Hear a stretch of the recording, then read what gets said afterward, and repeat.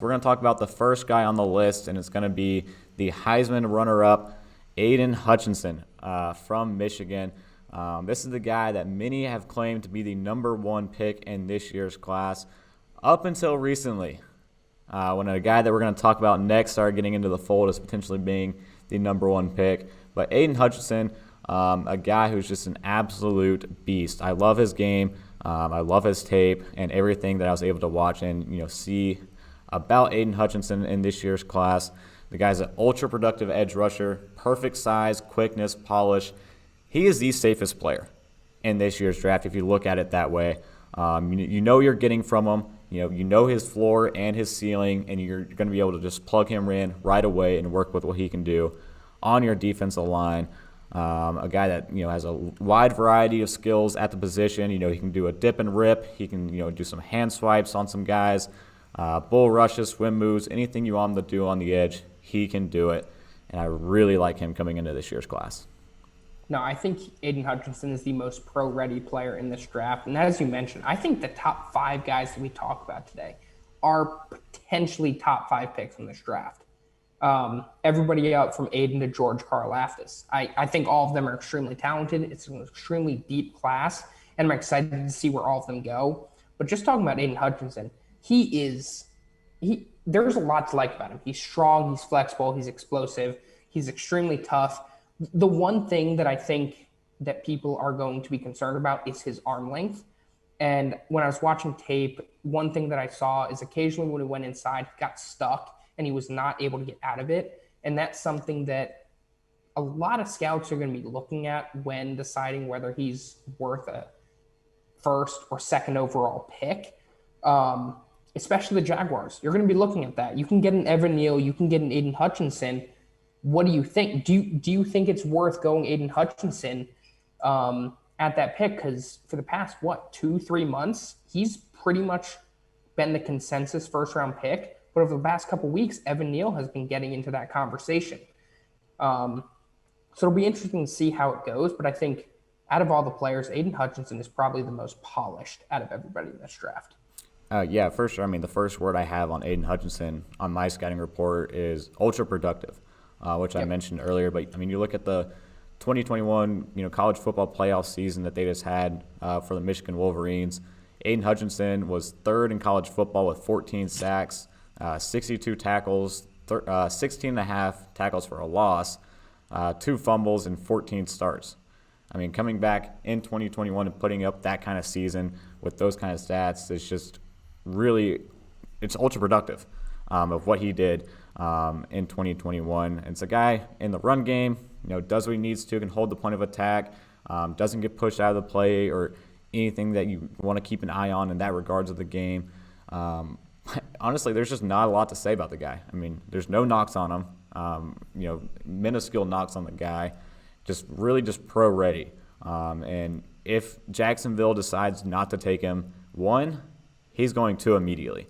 The Detroit Lions are going to be running to the phone if they see that pick come in at 1 and it's not Aidan Hutchinson, because he is a perfect fit to stay in Michigan with the Detroit Lions. I just don't know if he will be available at 2 for the Detroit Lions.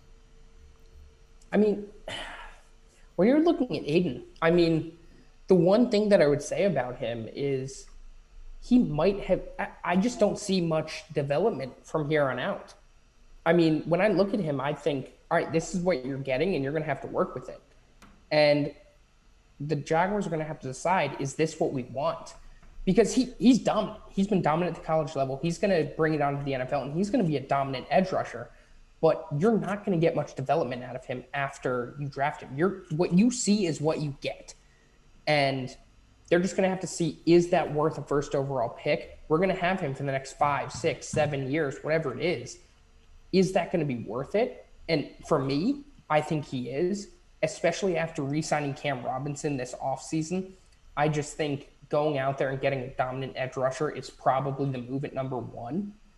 But it's going to be interesting to see which way they go, because they could easily protect their quarterback, Trevor Lawrence, with another offensive tackle, do whatever they can, move Cam Robinson to right tackle, move Evan Neal to right tackle, whatever it is. But it'll be interesting to see which way they go, because I feel like either one is a good chance of going number one. It really just depends how the Jaguars feel. Yeah, you brought up like the ceiling situation with Aidan Hutchinson of how much more does he actually have to grow? Yeah. And I mean, we talked about that last week on another prospect on the offensive line class, where that's a good and a bad thing, because you're getting, but also what you're getting is what you're getting out of him going in to his rookie season. So it'll be interesting to see what they can work with Aidan Hutchinson, because I mean the guy's a grinder in the weight room. That's one of his legendary traits at Michigan that a lot of people loved about him, and a lot of people love about his tape. And looking at him is how much of a grinder he is, very aggressive in the weight room, and making sure he can get back on track and consistently get better day in and day out. So that one will be the big thing with him. What is his ceiling, and has he already reached that point as a prospect going into the class this year?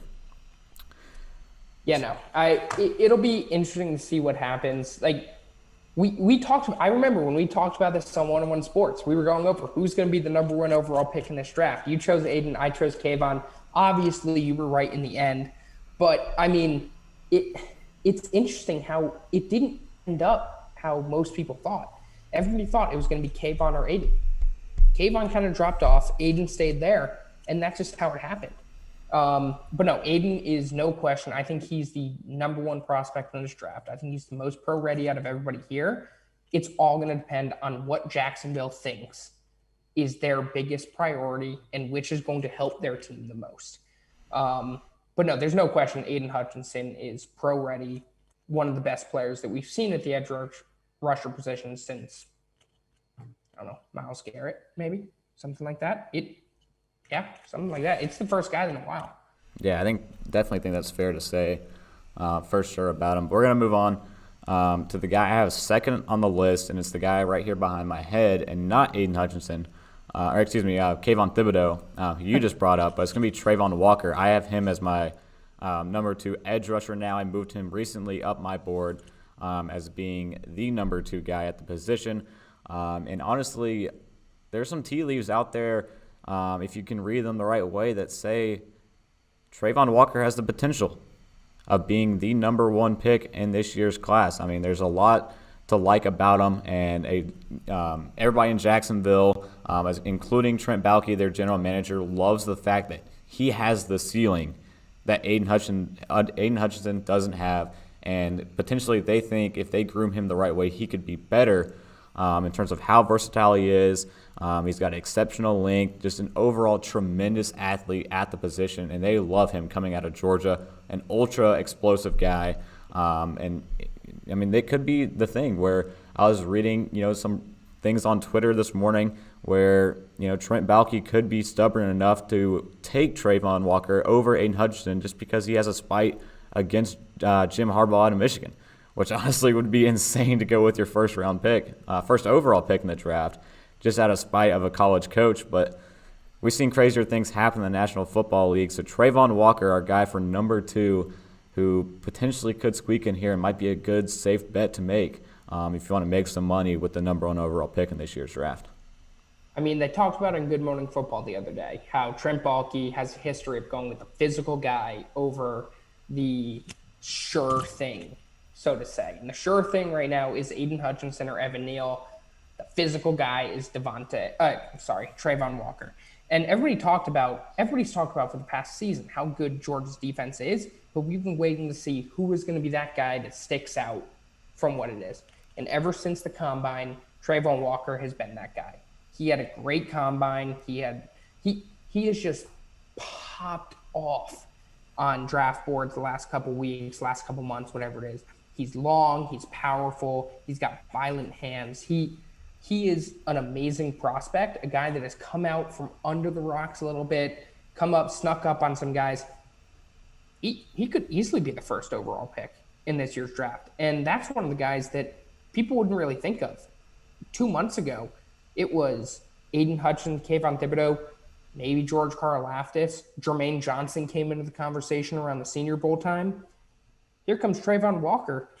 he might not be a top 5 pick. He could be the number 1 overall pick. It's just, I love the process of the draft and how just some guy just comes in there, takes the spotlight, and really makes the most of the situation. And Travon Walker has done that right now. Yeah, I mean, I think my first mock draft, back in late January, early February, I don't even know if I had Travon mocked in the first round.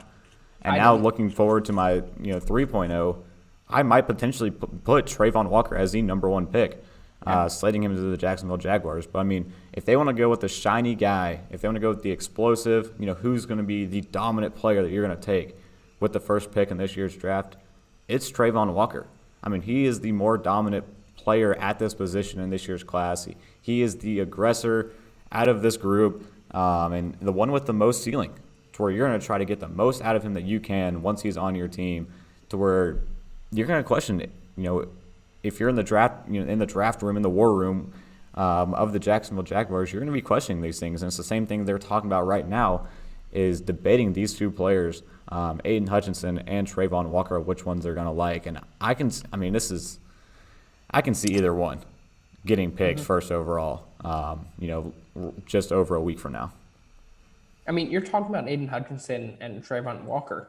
You're not even talking about Evan Neal yet. I watched that playoff game a couple times between Georgia and Alabama, and one thing that I realized is Travon Walker, he struggled with Evan Neal.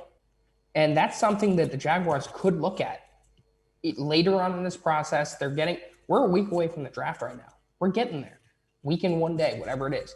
But we're getting there. And those little things, that one game that Georgia played against Alabama in the playoff where Travon struggled, that could be the difference between him going 1 and him going, 10. Like, there's a that one game can decide his entire fate in this first round. It could be a big thing. But no, he's had a great last couple weeks. He's had a great showing both at his pro day and at the combine. And he's definitely has the potential to be the first overall pick in this year's draft. Yeah, I mean, if he doesn't go 1, I mean, this just goes back to the wildness of this year's class. If Travon Walker doesn't go 1, I don't think he's going 2. I don't think he's going 3. He might have a shot at 4 to the Jets, but that's saying they value him more than any other offensive lineman that could be available. So then you're looking at a run of offensive lineman, maybe throwing a wide receiver in the mix, in the 7 to 8 range. You throw in Sauce Gardner at corner. You're looking at this guy, barely cracking the top 10 if he's not going number 1, which is absolutely absurd of a projection trying to think about where this guy could go, because I could see him going to the Jacksonville Jaguars easily, or I can see him going to the Seattle Seahawks at 9 just as easily, which I had mocked in my 2.0. That would be a great pick right there. Yeah, so this guy could easily either go 1 or fall and barely crack the top 10, which is just insane of how this process has gone this year. I've never seen a draft class like this where we're almost a week away from the draft and still no one knows what's going to happen with any pick in this year's class. Now, that's what's so exciting about it. We love this as analysts, just going into it, and we're just sitting here trying to write our mock drafts the week before the draft. I'm going to be sitting here on Wednesday next week, 1 day before the draft, writing my final mock draft, getting ready to post it, and saying, I'm not sure about this. Like, last year, obviously we weren't going to get anything crazy, but I was like, I'm confident in this. I don't know if I'm going to be confident in my final mock draft this year. Like, anything can happen. My picks could be completely wrong. My picks could be completely right. Anything can happen in this year's draft, and that's what makes it so exciting and interesting. Yeah, and for the number 1 pick, it's going to come down to one of these 2 guys